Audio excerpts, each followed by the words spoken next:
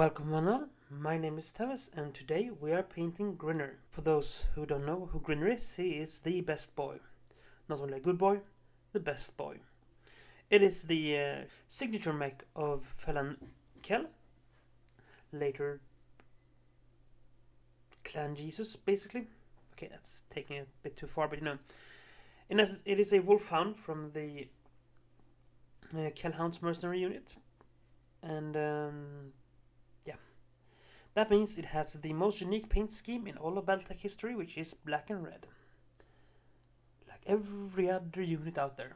Okay, not every other unit, but there is a surprising amount of units that are painted red and black in some combo. In this case, red arms, red torso, black upper arms, black legs, red head. And to get a good, rich red in this case, we're going to start off with a burgundy. Ish, at least. You can either get this by mixing it yourself or picking up a nice, deep, dark red. You can either go with a burgundy which has a bit of blue in it, or you can pick a just very dark red. I go with the burgundy in this case. Now, as I mentioned, this is the Grinner, which is the signature mech of the one and only Phelan Kells, who was the son of Morgan Kells and Salome Ward. Salome. I don't know how to pronounce it. Horrible names. And mostly known initially for getting his mech shot out under him in the first encounter of the clans. He then went on to do great things. As a ward and a wolf, leader of clans, or a clan at least, wolf in exile, and well,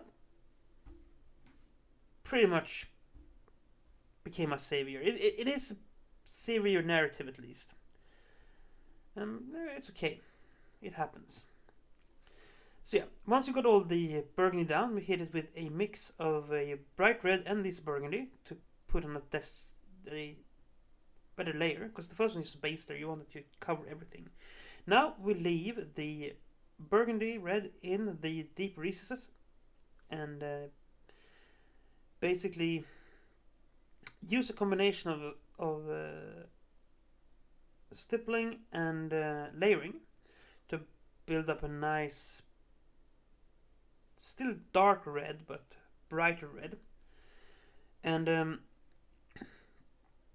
this is one of these things you really should be observing, that you have to sometimes just punch the paint in, especially in these small panels. Just like go in and give it a whack with the brush. Instead of brushing it, give it a whack, dot it in, because that way you have these really intense areas of paint, which will, once you're done, do a fair job of simulating light hitting it. Because this is a 10 to 11-ish, 12-ish meter tall war machine and not a tank or a human. It's big flat areas. No point in subtlety. Once that is done, and once that's drying, you can do like I do, which is hitting in the black parts with some black contrast paint.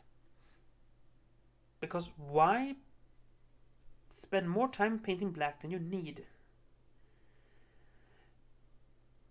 And since we're going to hit this with a highlight later on, this is okay. Now, black contrast paint is probably the least effective of all the contrast paints, because they usually work by contrast. That is in the name. You can use speed paints or battle. There's a ton of them out there now. Games Workshop's version is contrast paint, and they were the first ones. So I think that is what we're gonna go with for now. But yeah, just hit everything that's supposed to be black with this. It's gonna turn into black with some light highlights. but don't expect it to do the same heavy lifting that some of the brighter ones does. This does not heavy lift at all. It is heavy, but it doesn't heavy lift. So yeah. You could also just paint it black with regular paint and then highlight it up later. Either works. This is not an important step. Because it's black. Black is one of the most forgiving paints in painting history. Usually works no matter what you do with it. Doesn't play nice with other colors, but it's nice on its own. So don't worry too much about it. Just don't try to use inks for this stage, because that doesn't work. Not at all. Well, next up, of course, is hitting it with the pure red. And I would advise that you give this some time to dry if you use contrast paint or speed paints or whatever. Because otherwise you're going to get black all over you. Not a good thing. Trust me. Smudging, you don't want to smudge half-dried contrast painter. Because it leaves this weird, ugly staining when you do it. So yeah, now you have to be tactical. Because you're going to think, do I want this to be sort of highlighting? This is not edge highlighting or anything. This is just putting on the last layer of actual paint. So now I'm going to start thinking a bit about where does light hit on this thing? Where do I want light to hit on this thing? And I usually have an idea when I start, and then halfway through I realize I've forgotten the idea and started on a new idea. But you should plan this out a bit more carefully. But try to imagine light comes from above at least, unless you're going to do a street scene and have it object sourced from below. But that's a completely different video, and we're going to do that at some point as a video. Because again, we're going to have to take into account the fact that these are huge things. It makes it a bit more special. But anyway, go in, pick out the raised areas, leave more of the dark areas alone. Again, paint fairly moist, compliant, but not runny, because it will end up in all the places you don't want it. And I tend to do a thing where I leave the undersides of things more or less unpainted at this stage, giving the sensation of shadows. Because, for example, the underside of the arms and the deep sides of the torso would not get that much light. Because, well, they aren't upside down in space. So, you know. And then, same steps as always by the end of it. We hit them with some silver, we hit them with some... Actually, we don't hit them this time with much Nuln Oil. You're going to see later, we are really sparse on the Nuln Oil this time. I know, shocking. I'm not using Nuln Oil. It's bound to happen sooner or later. That's just how it is. It's bound to happen sooner or later. But yeah, it has to have a rear-facing weapon. I also forgot it has a laser on the arm, but I fixed that later. So yeah, final step. Silver and plasmic bolt, I think, from the speed paint line. It's a very cool green.